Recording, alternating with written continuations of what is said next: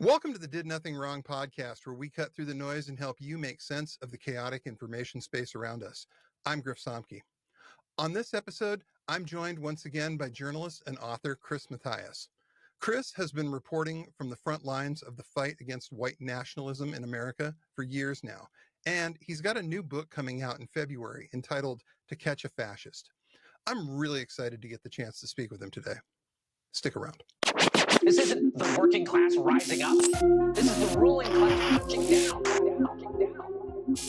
My game bigger than your game. First rule of gladiator school, bro. Don't punch down. Charging into a goblin.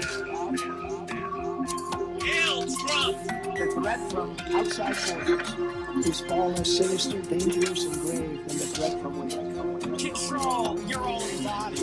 We will root out the communists, Marxists, fascists, and the radical left thugs that live like vermin within the confines of our country. We can fight the entire grinding system. Nobody can. Get together, everybody can. I did nothing wrong. Chris, welcome back to Did Nothing Wrong. It's been way too long since we've had you on. Oh, thanks so much for having me. Yeah, when was that? It was over a year ago. Episode 105 was the previous Okay. episode. So it's been a minute since we've had you on. The world is a very different And nothing's place. nothing's happened. Nothing since then. happened at Yeah. all. It's just time just stopped. We haven't Yeah. done anything. You don't want to know about the election. You don't want to know about how that all came down. It's kind of depressing. I did see that you have the book finished. The book that you were working on, that you were telling us about the last time you were here. It's called To Catch a Fascist, and it seems like you're done. Yeah, unbelievably, it's finally done. I turned in the final draft, did the copy edit, the fact check, the legal review. Wow. So it will be out in February. You can pre-order now on Simon & Schuster. Absolutely pre-order this thing on Simon & Schuster, like right now. Yeah. Go do Yeah. that. We'll wait. Go we'll do hang it. out. We'll hang out. So I'll bet legal review for something like this was extensive. I'll bet you really had to go through some hoops for this. Oh yeah, for sure. I mean, it's from my experience at HuffPost and other publications, whenever you are labeling someone a Nazi and especially exposing someone as a Nazi that Mhm. is synonymous, there's a lot of liability there if you get it wrong. Yes. So yeah, this legal review is definitely, tedious. Took probably 6 or 7 hours with the lawyers. Right. But very, very good and thorough. Nice. Nice. And I feel good about it. Yeah, last time we talked, you were in the middle of writing it. You were kind of putting some stuff together. You had, basically, I think most of it done at that point. You were just sort of filling in details and putting it all together. And I'm glad you got a release date. I'm very, very excited to read this. And like you said, nothing much really changed in the world when you were writing, so you didn't miss much being all isolated. It's weird because since then, the world seems like it's kind of turned completely upside down. And all of a sudden, we're literally doing every bad thing that every one of us predicted was going to happen if the election went that way. Yeah. And did you end up having to change the focus of certain parts of the book? Anything change as a result of that election?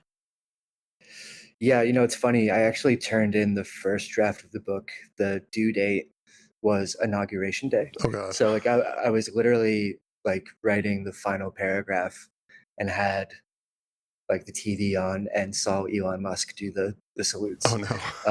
So it was like a pretty fitting like final day to the first draft. I actually ended up calling a couple anti-fascist activists to get their reaction in real time. But I actually ended up, that was in the last chapter, but I ended up going in a different direction in the last chapter, which I guess I can talk about now. Yeah.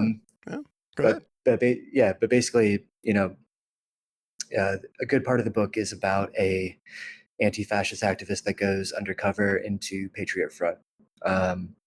And so I like to pitch it as like an anti-fascist spy thriller. Right. He, as I'm sure you're aware, eventually gets a hold of their rocket chat messages, like 440 gigabytes of them, and they end up on Unicorn Riot, and about 80 members of Patriot Front end up getting doxxed or unmasked. Wow. Good work. So that's kind of Yeah. Well So that's kind done. of yeah. So that's like one of the main narratives of the book. But what I ended up doing for the last chapter is interviewing someone that used to be in Patriot Front, but has since started the process of leaving white nationalism behind them. Oh, that's great. And yeah, and one of the more striking things about that interview and why I thought it was a fitting coda to the book is that he's essentially looking around at the Trump administration, hearing Trump speak, and it sounds like a Patriot Front speech. Yeah. He's Yeah. seeing ICE agents wearing khaki cargo pants and masks, and they look like Patriot Front members. He's seeing in California ICE members turning up to a Home Depot to arrest immigrants in the back of a like Penske Yeah. box rental truck, which is Mhm. a Patriot Front tactic. Some other people do So that too. yeah, so he's basically someone who is immersed in these fascist spaces is all of a sudden seeing it mainstreamed to a really big degree. Right.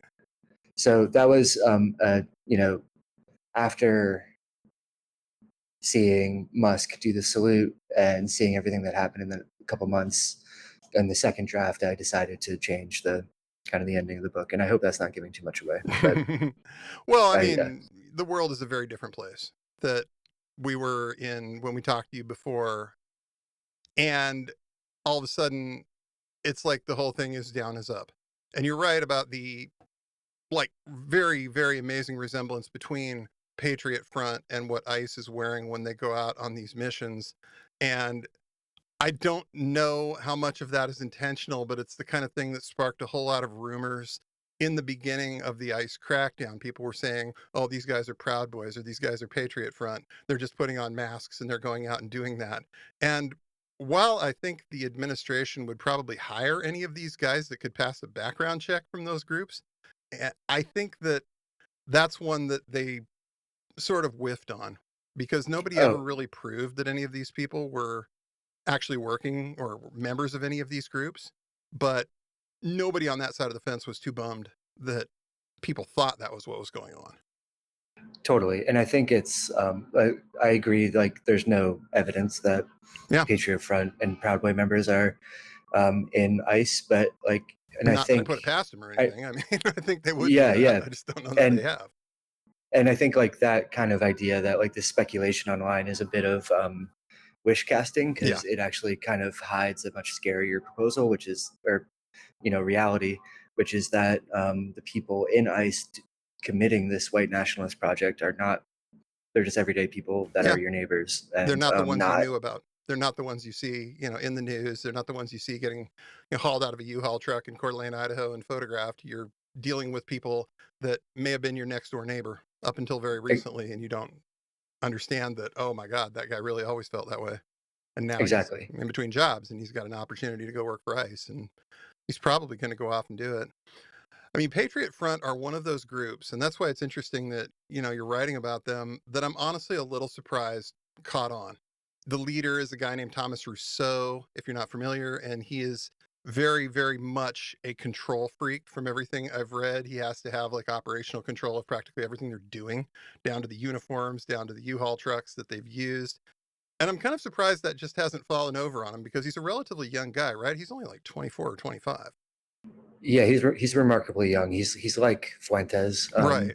Right. And like him and Fuentes were both in Charlottesville together, Mm-hmm. and we're kind of these like young The up and coming coming people in the generation movement. Yeah, and now they're pretty big deals. But I think this is something that I thought a lot about for the book, and like anti-fascists had a lot of success in the Trump era in destroying like white supremacist groups, white nationalist groups. Right. So like after Charlottesville, there had been an anti-fascist spy in the Charlottesville planning server on Discord. That like however many thousands gigabytes of data was then used by researchers to identify and unmask like hundreds of people that were in Charlottesville. Right. all those messages were then put into Signs v. Kessler, the kind of like big lawsuit against all the organizers of Charlottesville. Filed, yeah. Yeah, and that ended up destroying a lot of the groups there. National Socialist Movement, League of the South, Vanguard America, rebranded to Traditionalist become Workers' Patriot Party, Front. all these people ended up with like massive legal judgments, and they didn't want to deal with that. Yeah, So they ended up having to rebrand exactly. if they were going to stick around. Yeah, exactly. And then, in 2019, you had another mass doxing event when another anti-fascist spy infiltrated Identity Europa, which was, this kind of suit and tie fascist group that was, having some real success making inroads with the Republican Party. Oh, yeah. Yeah, they definitely were. So after this spy gets all their messages, again, they end up on a open source database on Unicorn Riot, and 100 of their members get doxxed, and Identity Europa eventually folds. With Patriot Front, it's a different story. Like in 2021, 2022, same thing happens. This spy infiltrates their group. His infiltration is special because he does an in-person infiltration. He's like in the group for 6 months, and he's going on missions. He's going on hikes. He's attending meetings. Because you have to in Patriot Front in order to stay in that group. Mm-hmm. And again, at the end, he comes away with all this data. There's dozens and dozens and dozens of doxes of these guys, but Patriot Front, manages to stay alive. And I think part of that is what we've already touched on, which is kind of the mainstreaming of white nationalism and, kind of the animating question of my book, which is that, doxing, anti-fascist doxing, leverages a existing societal taboo against explicit fascism or explicit white supremacy to create a social consequence for being a fascist, right? So like, if I identify you as a fascist, you might lose your job, you might lose your girlfriend, you might, your family might, be ashamed of you. And it's like a very good way to prevent people from joining these movements and to like creating consequences for being a fascist. But the animating question in the book becomes, what happens when that taboo starts to disappear? Right. And I think we're at that point where there just isn't that same sense of taboo. I mean, when you can take stuff that, where I committed this is back in 2015 and 2016, realizing that the stuff the Republican Party was saying out loud at that point was very much starting to resemble Stormfront. And I was trying to figure out the answer to the question of how did we go from this stuff being only talked about in a very small circle amongst awful racists to the top end of the Republican Party having these opinions? How did that get mainstreamed? Who brought that in? And I think we've kind of seen now that side of things, you mentioned, Identity Europa, that was back when they were in there. We are trying to be very respectable. And we've had some people, Samantha from Identity Europa, who was their women's coordinator. We had her on the show.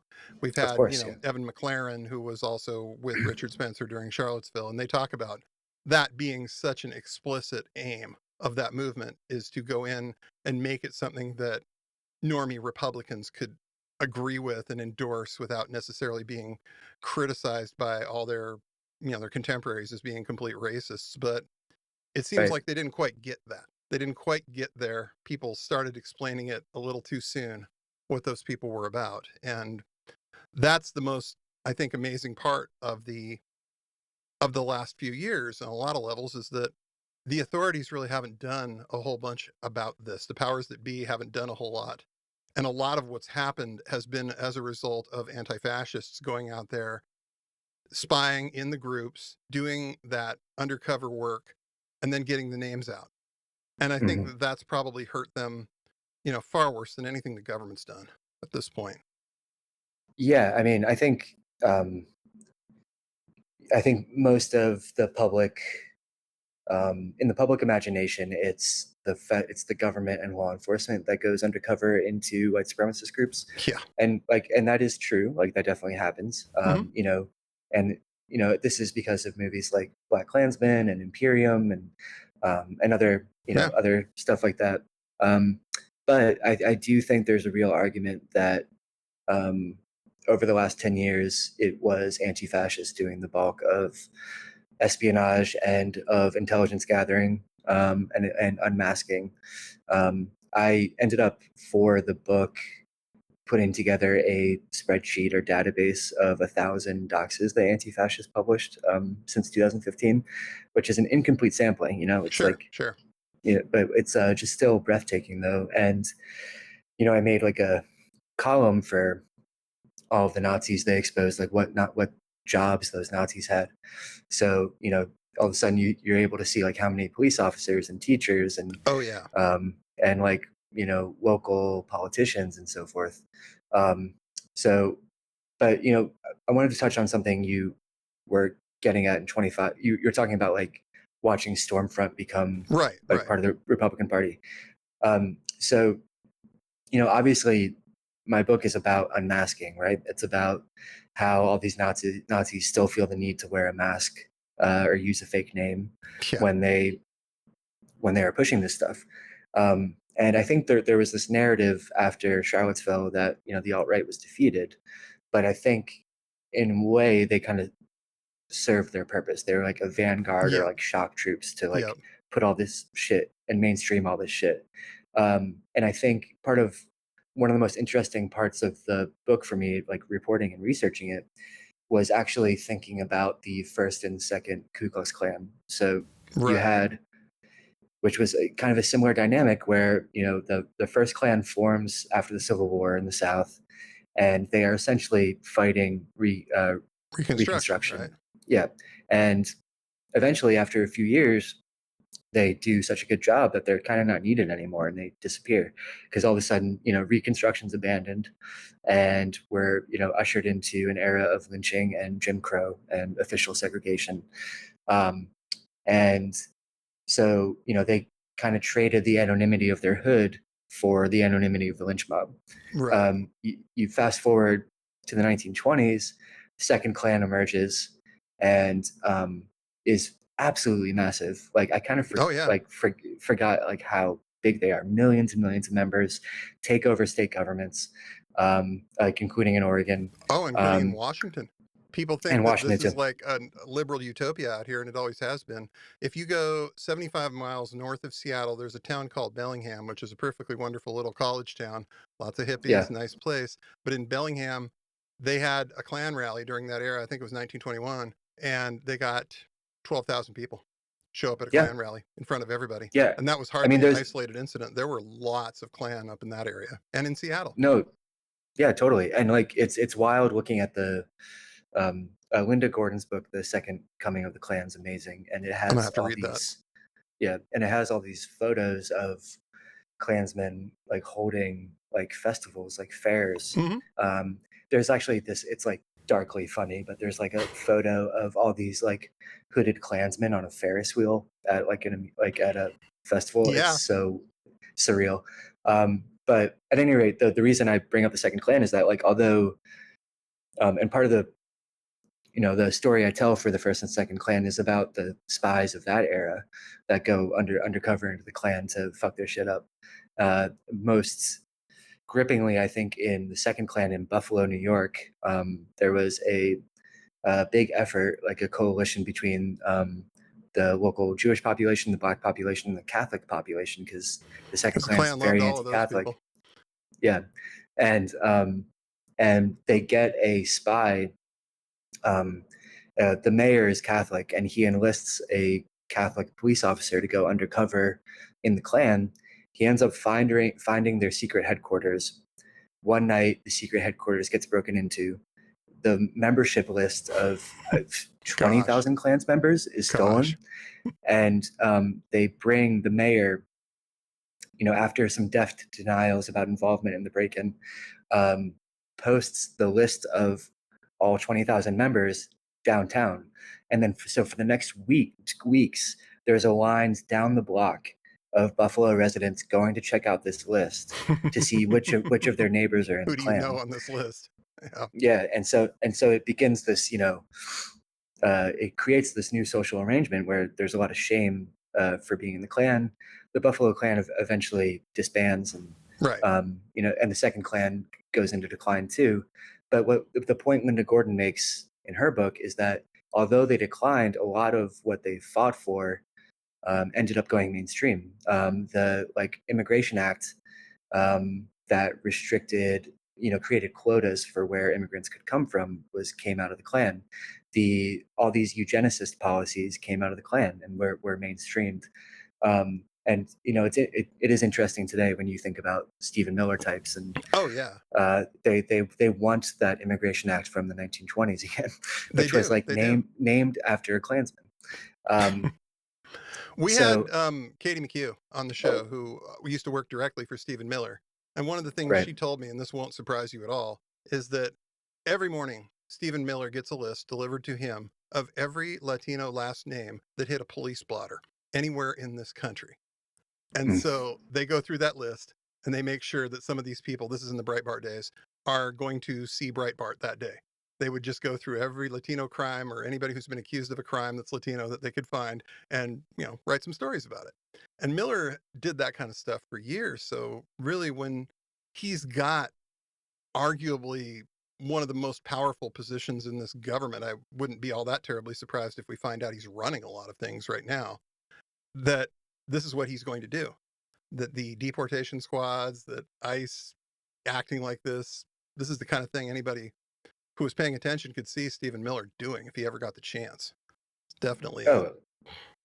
Yeah, absolutely. I mean, I think you're right that he is the guy pulling the strings right now and setting policy.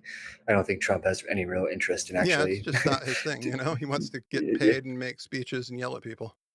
Exactly. And he's doing that.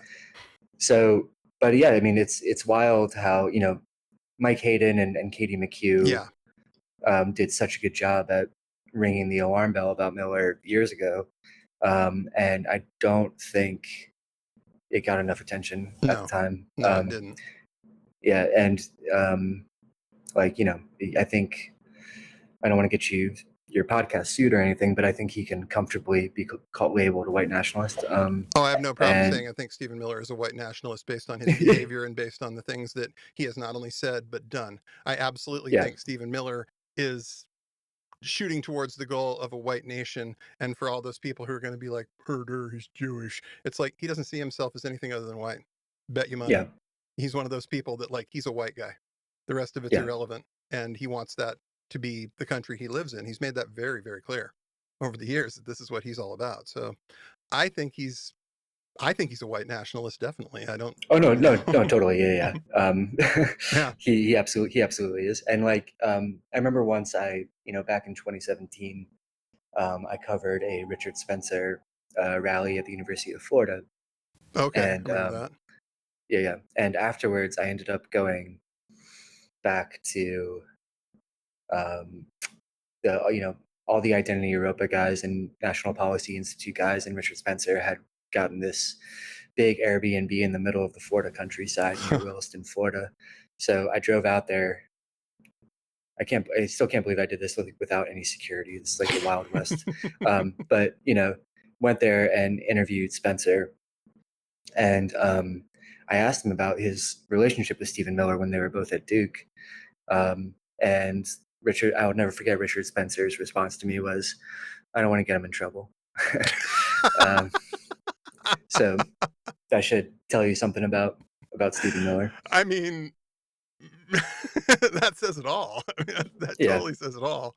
And, we've all speculated. We're like, they knew each other at Duke. I wonder what they did. I wonder if those guys hung out. And it's like, don't want to get him in trouble. It's like, oh. Yeah. Something going on with Duke, man. A lot of far right weird Darren dudes Beatty coming out as of Duke. well, man. I think I'm calling for a full shutdown till we can investigate Duke and find out what's going on. Seriously. Find out what's going on. Yeah. We need to know. And, I'm really glad that this book is coming out soon, because right now this is a very, very opportune time with the recent executive order that Trump signed. I mean, this has kind of been a pipe dream of theirs ever since at least 2017, when a troll who is no longer anonymous by the name of Microchip put a freaking petition up saying that Trump needed to do this. This was back in 2017. And here we are, 2025, and Trump has actually done this. And I'm sure that guy is on his park bench really happy about all of this at this point.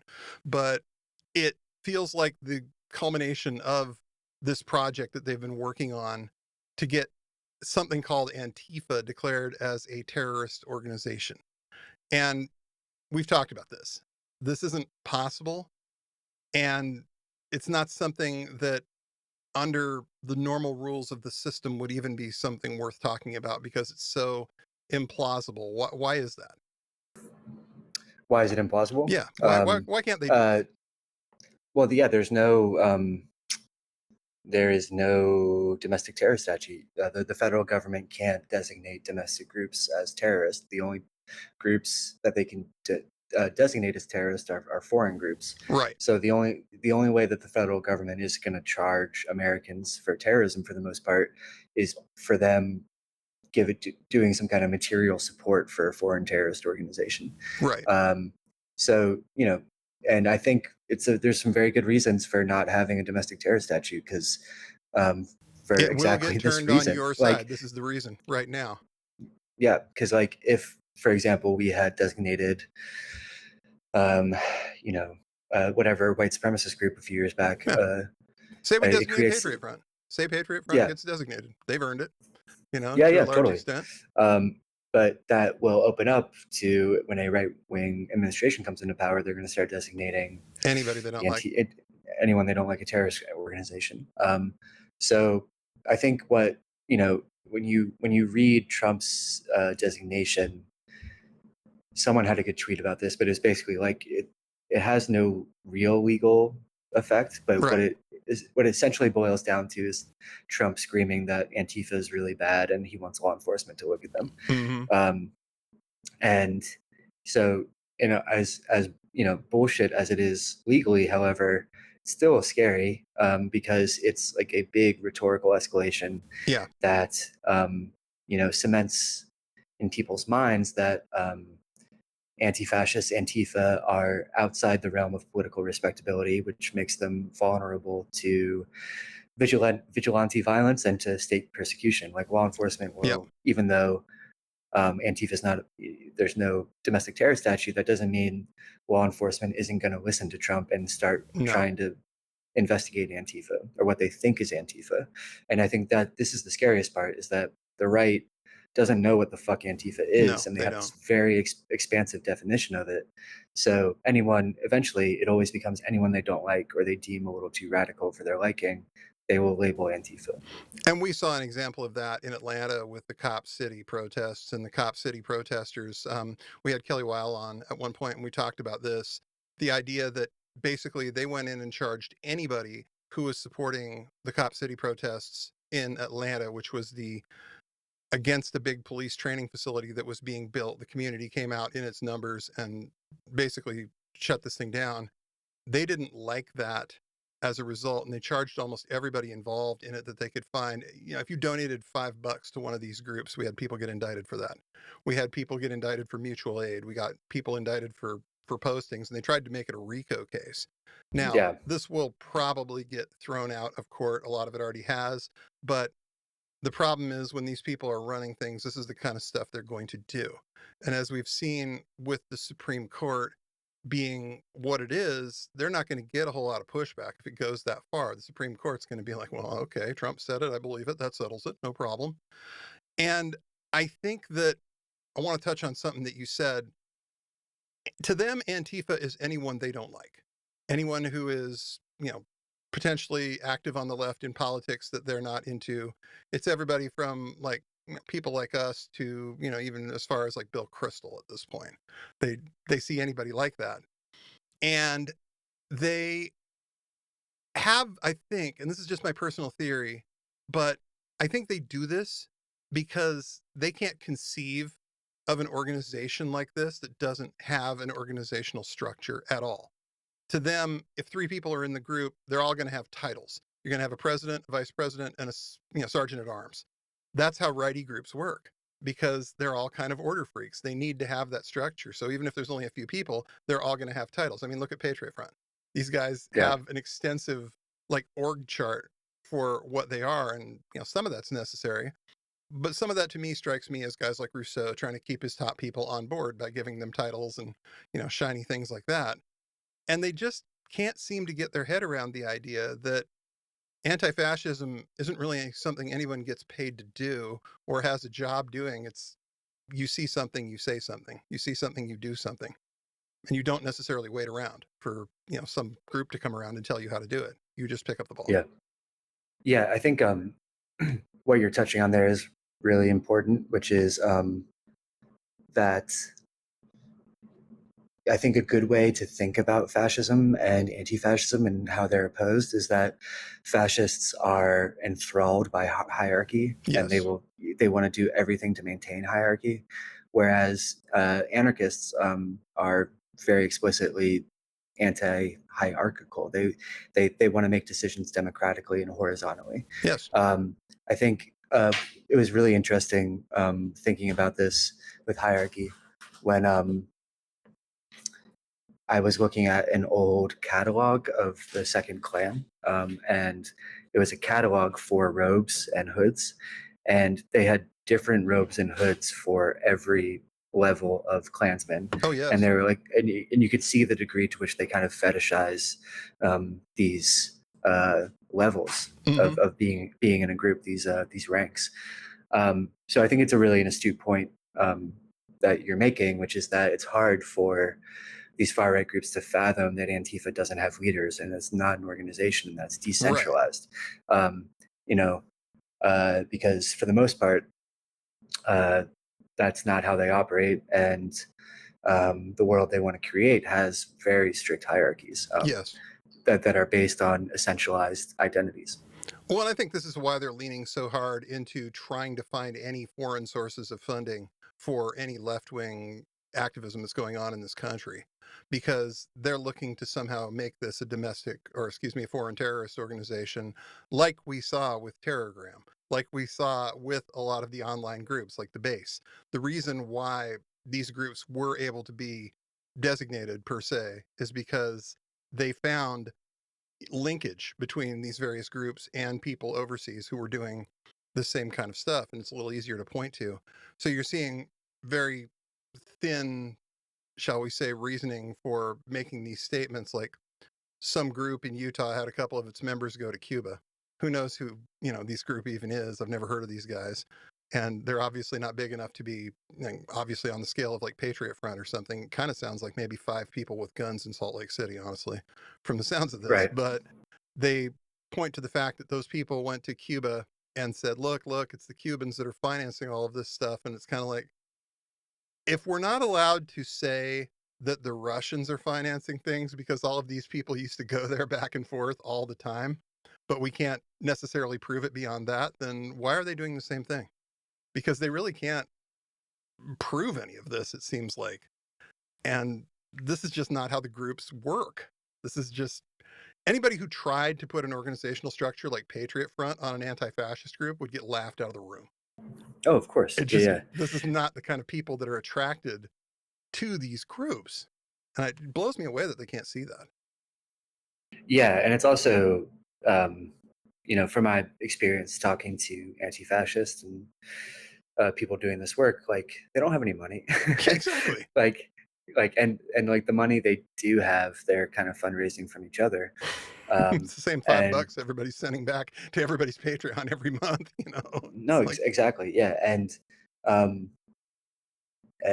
think like even, this is something I think a lot of journalists have had to put up with too, if you're on the left, is constantly being accused of being funded by like George Soros. Oh, exactly. And it's like, well, I mean, I would love a Soros paycheck, but Right. like I've never gotten one. What's up, man? Right back. Yeah.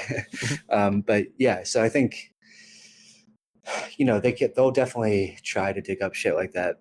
And of course, like, anti-fascist groups in North America are talking to anti-fascist groups in Europe, and they're meeting each other occasionally, sure. But to make that into material support is absurd. And that's what I think they were trying to set a precedent with Cop City, was anytime anybody contributes any amount of money or any level of support, they're going to try and get a conviction out of that under a RICO charge. Because if they can do that, then they can get everybody. If they can figure out a way to charge, you gave $5 to somebody's mutual aid, you're now looking at RICO. Not only are you going to be able to bust a whole ton of people for that, but you're going to chill everybody else? Because if you know that you can be prosecuted for this by that or for that, then you're going to think real hard about having anything to do with any of these groups, because the vast majority of people don't really want to go to jail. They don't want to end up in some kind of legal trouble, because even if you're right, you still have to hire a lawyer. Even if you're right, it's going to cost you money. You're going to have to spend Yeah. like a lot of your life dealing with this. And they know that, which is, part of the reason they eventually do it. I mean, it's how they got microchip to flip on, Doug Mackey. But anyway, here and there, they Yeah. essentially want to dissuade people from that kind of activism at all. And like you said, most of the people in anti-fascism don't really have any money. They are coming from an anarchist background, in a lot of cases a punk rock background, where they're used to working like that. The idea that there's no money is kind of like, this is just the way of the world. If you want to do these kinds of projects or you want to do these kinds of activism, no one's ever going to pay you for it. There's no corporate sponsor that's going to be intrigued by any of the stuff that you're actually accomplishing. This doesn't make any business's life better. You kind of just have to do it because you want to see it. Yeah. I mean, it's like, this is something I get into in the book. Like, none of these people, they're doing so much work. It's like a second job. And they are not getting paid for it. No one knows they're doing it. They're not doing it for any kind of glory or fame. They're doing it behind a pseudonym. They're doing it because they like honestly think it's a form of community self-defense. Yeah. And of all the people I talked to, they were all working class or middle class. And I think this kind of dovetails with how, the work they're doing. When I expose a Nazi for a publication, it goes through a legal review, like we talked about. Yeah. So like I have like a First Amendment lawyer at my disposal to do that. They don't when anti-fascists do this. Like when they dock someone, they don't have. They can't afford a lawyer. So, which kind of creates this like atmosphere of like really exacting editorial standards. Like they know they have to get everything right. Right. And you're not going to be able to survive a lawsuit. You're not going to be able to survive it if somebody gets a hold of your identity and decides to sue you for publishing this. You have to have everything absolutely bulletproof, sources and references and the whole 9 yards for this. Whereas maybe they don't have to be so careful, because the people they're talking about for the most part aren't going to sue them anyway, even if they're wrong. Nobody wants to deal with this, and nobody really has the money to try and file a lawsuit. I mean, they can complain all they want to about lawfare, but if you look at who's actually doing this, it's for the most part not the left. This just isn't the way this works. And I find myself thinking that the things that have gone on in this country in the last like 6 months have really scared them. The idea that there's this protest movement that's picking up where 2020 left off, and it's just coming out and nobody's really directing this thing. I think that scares the shit out of them. And that's why you're seeing this push to label it as like, this is a Soros thing. Soros is doing this. And it's anger. It's people that are just had enough of this stuff. And they look at the Democratic Party and they're like, you told us this previous election that if Trump got in, this was an existential crisis, that democracy was going to die, that we were going to have fascism. And then he gets elected and all of you are like, oh, well, nevertheless, we'll just move on to the next election. And that's just not good enough. You gave these people the truth, as far as I'm concerned, that things are going to get drastically worse real fast. But then you expect them to just act like it's business as usual going forward until the next election. And I think people are over that the same way the right wing was over it after years of Romney, Ryan, McCain, all of these guys promising red meat and giving them tax cuts. These guys were all listening to Rush Limbaugh. These people were listening to Michael Savage. They were getting very into the idea of like, we want a vengeance on these people. And then it never actually happened, no matter which Republican you vote for or which Republican you elect. They didn't do that kind of stuff up until Trump. And these people know the difference. And I think you're starting to see something similar with people that are more mainstream Democrats. They're starting to realize that no matter what happens, these people aren't going to push back on any rational level. They're not going to try and make that kind of change happen, because it's going to hurt them worse than almost anybody if they do it. So I think what we're seeing at this point is, a movement they don't understand and they definitely can't control. Nobody's really controlling things right now. So they're looking for ways to slow this down. And this prosecution is definitely one of those things that they're going to try and do, hoping to Yeah. knock some people out of what might be activism as a result. Yeah. Right. And I think, I think what you're saying is exactly right. And also, when you look at the past anti-Antifa panics, especially in 2020, Yep. The way the right was blaming the uprisings on Antifa was a way of delegitimizing them and saying that they weren't authentic, that they Yeah. were the work of like leftist outside agitators. And it was also a way of sowing division among those taking part in the uprisings, because all of a sudden there was this debate over, the radical portions of the uprising and the more liberal centrist portions of the uprising. Yes. And I think, that's somewhat, again, what we're seeing, but the goalposts are always moving, and what's considered Antifa, just keeps, eventually, Nancy Pelosi will be Antifa. Like, I'm sure. Oh yeah, they've already accused her of being Antifa. They've already called her Antifa. Yeah. They've accused all of these people at one time or another. It really has turned into a anyone you don't like type of criteria. And if you can get people scared to go near it because you have been able to tag them as terrorists and say that, you're going to be investigated, you're going to be hassled if you do any of this kind of stuff, I think that does put a lot of people off who might be ready to, go do that kind of work. So it's good that you're writing and putting this out there as a, hey, these people have it completely wrong. What these people think is going on here is not what's going on here. And I could explain this to them chapter and verse with an entire book, but they're not going to get it because they're not going to read it and they're not going to believe it anyway if they do. So might as well try and target the people who are out there who haven't necessarily made up their minds about any of this kind of stuff yet. Yeah, I think if I'm honest, I think a lot of times when I was writing this book, I could hear myself trying to explain Antifa to my parents in my head. And I think that is, to a degree, what I was trying to do, was like trying to demystify Antifa for a lot of people that, who might have left of center, liberal, centrist beliefs, right? Who have really kind of bought the idea of Antifa as like these out of control radicals. Sure. Yeah. And so I think to a degree, like, I'm trying to demystify what Antifa is and make, I think, anarchism, socialism, communism a little more palatable and understandable. And also some of the tactics they use, that Antifa uses to fight the far right.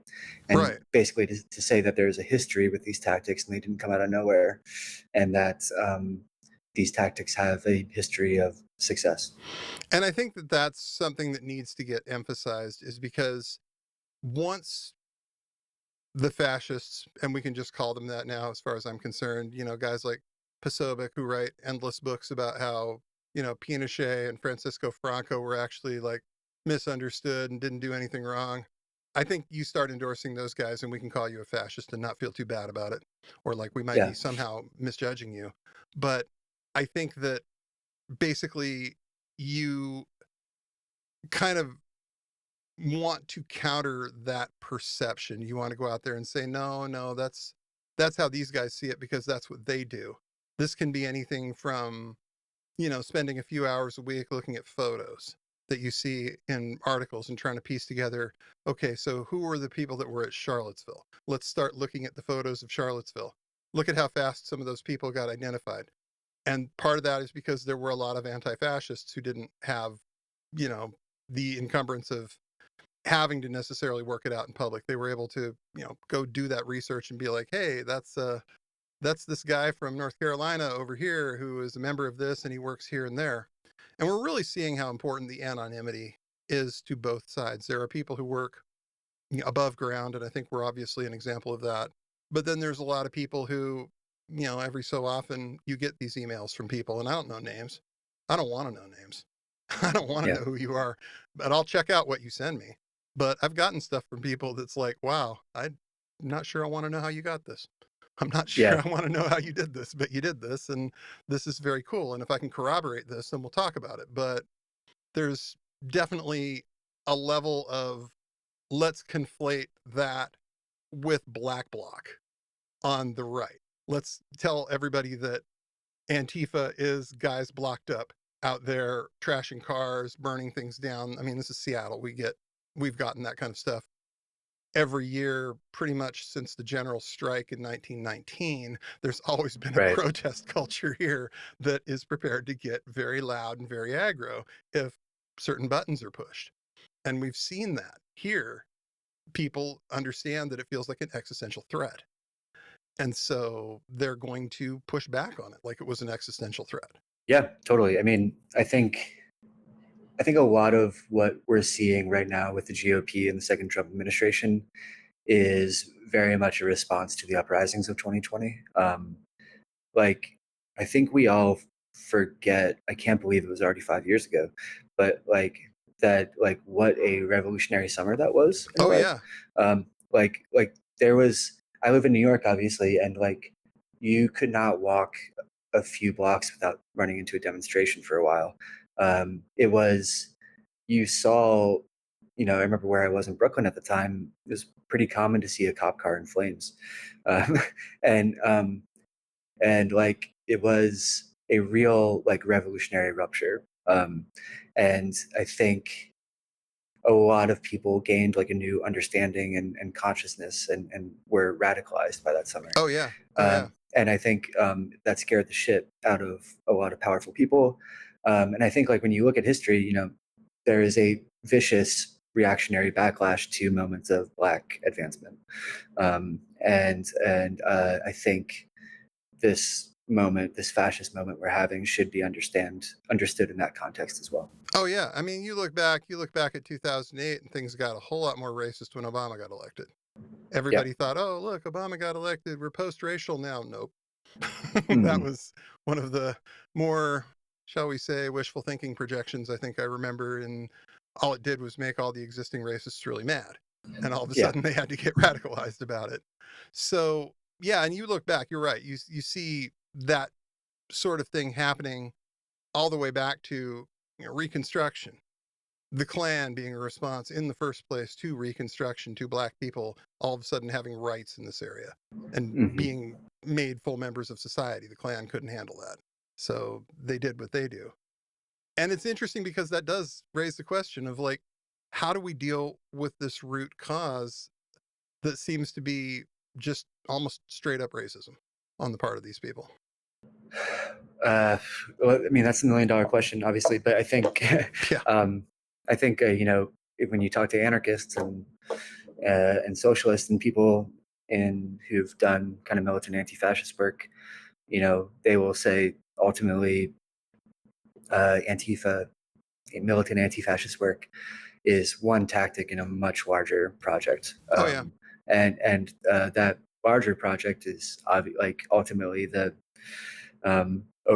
overthrowing capitalism, because they see racism very much as a creation of capitalism, as a way of it's essentially a method of dividing and conquering, where people in power with hoarding the wealth will tell you that it's not the problem that they're hoarding all the wealth. It's that your neighbor is Black, or your neighbor is trans, your neighbor is an immigrant. And so I think like that is ultimately the like structural kind of critique that anarchists and anti-fascists will make. And I think it's a critique that certainly resonates with me. Oh, yeah. And I mean, if it resonates with the kids. You look at every survey they've done in the last, decade almost, and the younger people who didn't come up under some idealized version of capitalism, didn't come up even, I'm Gen X, right? We still sort of bought it to some extent. But I think everybody after me kind of has looked at the way capitalism has left the world and their world and said, maybe we don't need to do this anymore. Maybe we can come up with a fairer way. Maybe we need to spend some of society's massive amounts of resources on people who can't make it under this system. Maybe Yeah. we don't need billionaires.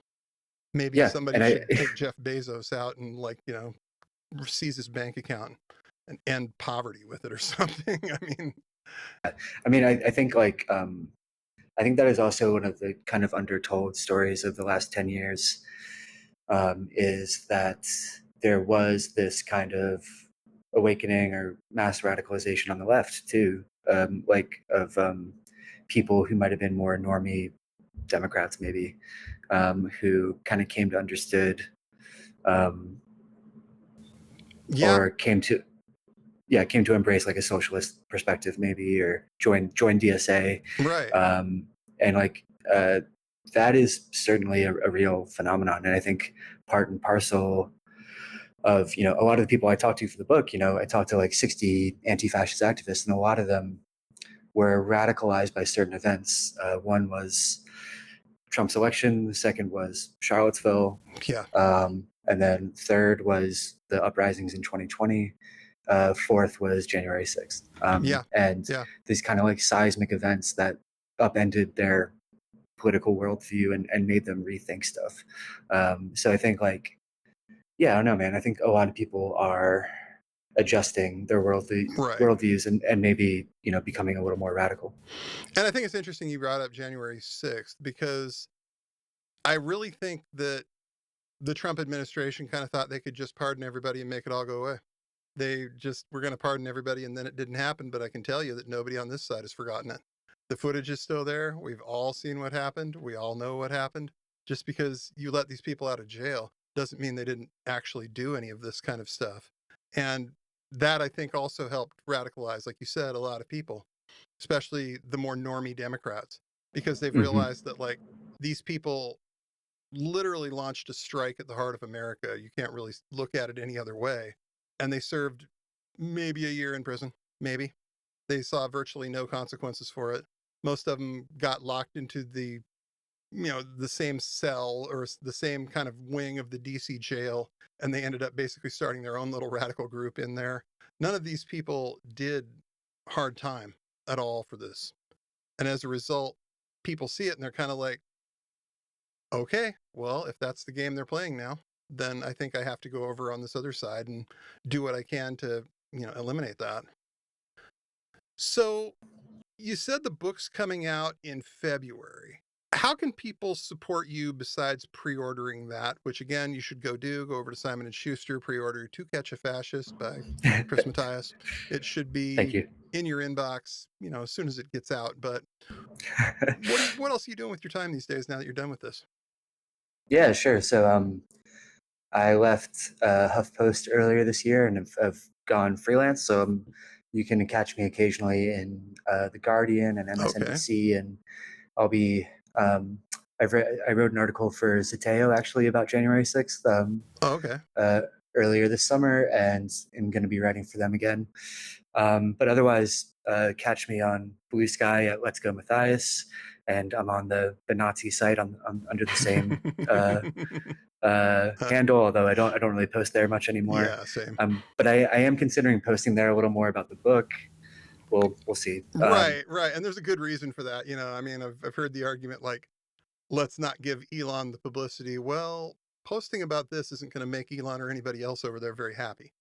This is the kind of thing that's going to really piss them off, and it might help get the word out about what this is. So that's a perfectly valid use of the Nazi platform as far as I'm concerned. I think so too. If you can... but yeah, in the meantime, like you said, please pre-order the book. I think it's good. I'm proud of it. You got a newsletter? You doing a newsletter? I don't, but maybe I should. You should. You absolutely should. Don't use Substack because, as you know, they don't support nice people. And if you start something with Substack, it's kind of a pain in the ass to move off of Substack once you've done it. So I would highly suggest, if you do a newsletter, and I think you should, don't use Substack. Use anything else. Anything else.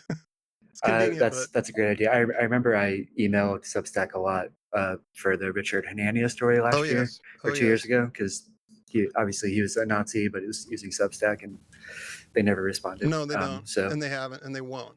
I mean, they got guys like Matt Parrott from, you know, freaking Traditionalist I mean, Workers Party. They all Richard have some Spencer's on type there, of- isn't he? Yeah, I think he is. I don't Yeah. think he writes very often, but he's on it. Richard Yeah. Hanania is still on it. Although Richard Hanania has kind of almost started sounding like a normie Democrat, if you can ignore the racism lately. He's really Well, not yeah. happy with any of how this is going. And it's kind of like, well, we told you. We told you this was going to suck. All of us did. Yeah. So, you know, he's not the only one on that side of the fence that has serious reservations about what they did, but I don't feel like it's my job to reassure them at this point. I did all of No, that. totally. I said Yeah, totally not. before, Yeah. when there was still something we could have done about it. I said, Yeah. hey, don't do this. Don't do this. He's going to screw you too. That's just how he is. But no, you had to do it. Yep. You had to do it. You're all so smart. You all went to Duke or something like that. And you all have, you know, these great degrees and you're smarter than me. Just, Yeah. fuck. Well, hey, thank you, Chris. I really appreciate you taking the time to talk to me today. I can't wait to read the book. This is something, like I said, I've been looking forward to since, you know, the first time you came on the show. And I'm really glad you're still out there doing this kind of work. I mean, a lot of the people who have been doing this kind of work since then, because it's been, you know, 8 years of this kind of thing. And eventually Yeah. that gets to you. People see that and they're just like, I don't want to do this anymore. I want to do something else for a while, reset my brain, which is totally fair and totally understandable. So it's good to look out and see that people who have been there that long and have that continuity of like, I know what I'm dealing with because I've reported on this stuff for 8 years. I know who these people are. I know what they do. So I thank you really for sticking appreciate that, around. Griff. Thank you. And right back at you. I think I don't begrudge anyone for Yeah, me either. leaving this beat. Sometimes I joke that my next book will be about covering soccer in the Caribbean or something. Yeah. But Yeah. we'll see. Maybe. Plenty of things I'd like to, you know, write a book about or talk about that don't have anything to do with this, but here we are. To some Yeah, extent, this is exactly. what needs to be covered. And I don't think any of us expected to take, you know, Jello Biafra's admonition about don't hate the media, become the media quite as literally. But again, nobody else is doing it. And I think that you saw that too. Like somebody has to pick up the ball. Otherwise, Yeah. this stuff's not going to get covered. People out in the middle of the country aren't necessarily going to know the shit these people pull. So we have to cover that ourselves and hopefully get the word out well enough that people can see it and decide they don't want to deal with it in their town as well. Exactly. Yeah. Yeah. Thanks, Griff. I Thank appreciate you, it. Chris. I really appreciate you, man. Have a great rest of your day and stay safe out there, okay? All right, you too, man. Take care.